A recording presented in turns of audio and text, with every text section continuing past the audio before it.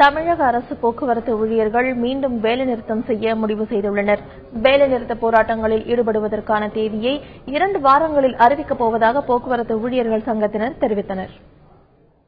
எங்களுடைய ஊதியம் மற்றும் இது மட்டுமல்ல, இது மக்களுக்கு சேவை செய்யக்கூடிய ஒரு மிக முக்கியமான துறை.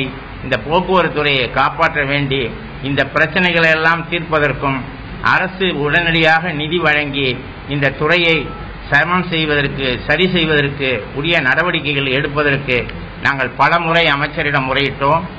பலமுறை துறை செயலாளரிடம் பேசுவதற்காக காலம் கேட்டோம். ஆனால் அவர்கள் எல்லாம் அதை சட்ட செய்யவில்லை. மக்களுக்காக போராட வேண்டும் என்ற அந்த சூழலில் தள்ளப்பட்டிருக்கின்றோம். எனவே இன்று வேலை நிறுத்த அறிவிப்பு கொடுப்பதென்று முடிவு செய்திருக்கின்றோம்.